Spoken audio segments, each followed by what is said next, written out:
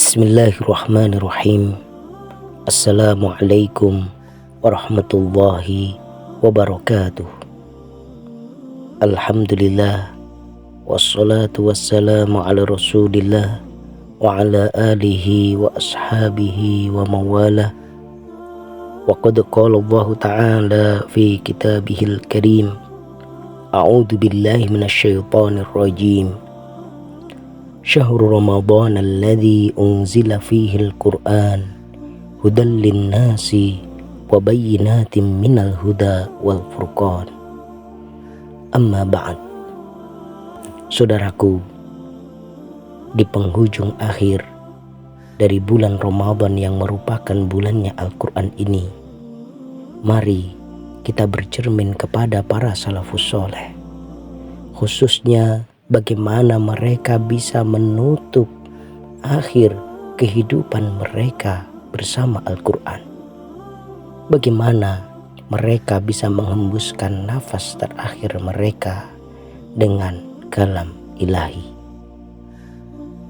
Al-Imam Adz-Dzahabi di dalam kitabnya Siyar A'lamin Nubala menukil sejumlah kisah menyentuh tentang para salafus soleh yang wafat dalam keadaan berinteraksi dengan Al-Quran, baik saat membacanya, saat mengulang hafalan, atau ketika hati mereka larut dalam ayat-ayatnya. Kisah-kisah ini menjadi cermin kuat tentang bagaimana Al-Quran bukan sekedar bacaan, tetapi menjadi nafas kehidupan mereka hingga akhir hayat. Di antara para salafus soleh yang mendapatkan karunia agung wafat bersama Al-Quran itu adalah seorang tabi'in yang zuhud, yaitu Amir bin Abdi Qais. Ia dikenal sangat dekat dengan Al-Quran. Dalam riwayat yang disebutkan oleh Al-Imam Adz-Dzahabi, ia terbiasa menghidupkan malam dengan membaca Al-Quran sebanyak-banyaknya. Ketika menjelang wafat, lisannya masih basah dengan tilawah. Ia wafat dalam kondisi membaca Al-Quran, seakan ruhnya keluar saat ia sedang bermunajat dengan Rabb-nya. Sosok yang lain ada Abu Bakar bin Ayyash, seorang imam qiraat dan ahli ibadah dari Kufah. Di masa tuanya, ia tetap menjaga tilawah setiap hari meskipun sudah kesulitan. Diriwayatkan bahwa ketika menjelang wafat beliau sedang membaca Al-Quran, ruhnya dicabut dalam keadaan melantunkan kalam-kalam ilahi. Yang menarik, beliau pernah berkata suatu waktu jauh sebelum ia wafat. Ia mengatakan Al-Quran ini adalah penyejuk hatiku dan aku berharap berjumpa Allah dalam keadaan bersamanya. Betul-betul Allah mengabulkan keinginannya. Ia wafat bersama Al-Quran. Ada kisah yang lain, yaitu Abdurrahman bin Abi Hatim. Walaupun lebih dikenal sebagai ahli hadis, beliau sangat tekun dalam membaca Al-Quran. Dalam sebagian riwayat disebutkan bahwa beliau wafat setelah lama bersama mushaf. Setelah mushaf dipegangnya erat-erat, hidupnya dihabiskan antara menulis ilmu dan membaca Al-Quran.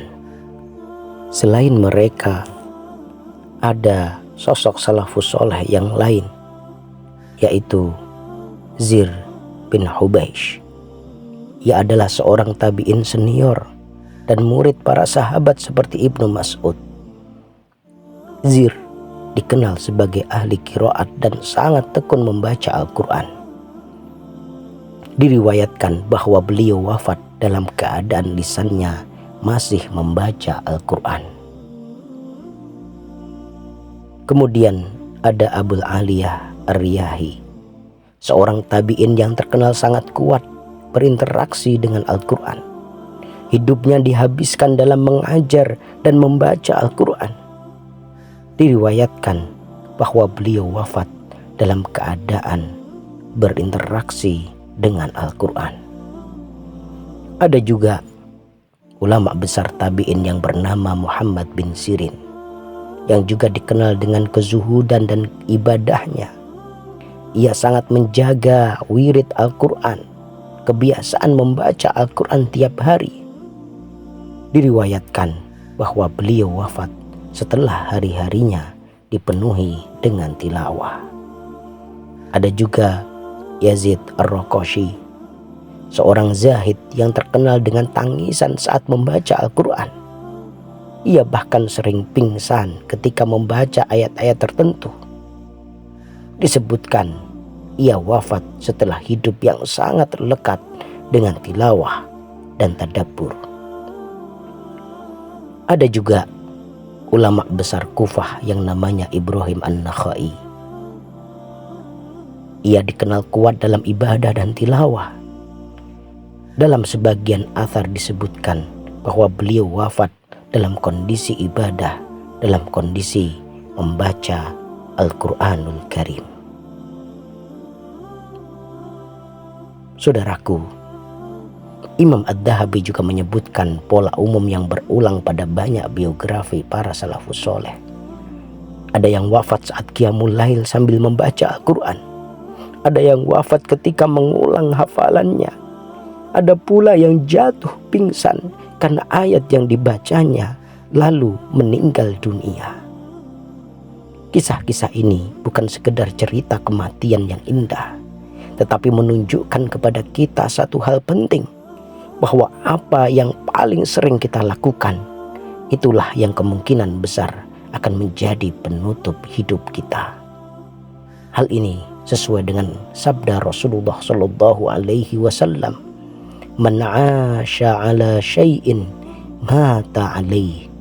Barang siapa yang terbiasa hidup melakukan sesuatu, maka dia akan diwafatkan dalam kondisi melakukan sesuatu tersebut. Para salafus soleh memberikan contoh kepada kita bagaimana menjadikan Al-Quran sebagai sahabat harian, bagaimana menghidupkan malam dengan tilawah, menangis dan tadabbur dalam setiap ayat, sehingga ketika ajal datang mereka sedang bersama Al-Quran. Sebaliknya, ini menjadi pertanyaan tajam untuk kita. Jika hari ini adalah hari terakhir kita, apakah kita sedang bersama Al-Quran atau justru jauh darinya? Allahumma arhamna bil Quran waj'alhu lana imama wa nura wa huda wa rahmah. Allahumma dhakkirna minhu ma nusina wa 'allimna minhu ma jahilna warzuqna tilawatahu ana al-laili wa atrafan nahar. Allahumma ja'alna mimman yaqra'ul Qur'ana fayarqa wa la taj'alna mimman yaqra'ul Qur'ana fayashqa. Allahumma ja'alna lil Qur'anil Karim minal hafidhin wa ila ladidi khitabihi mustami'in wa 'inda khatmihi minal faizin.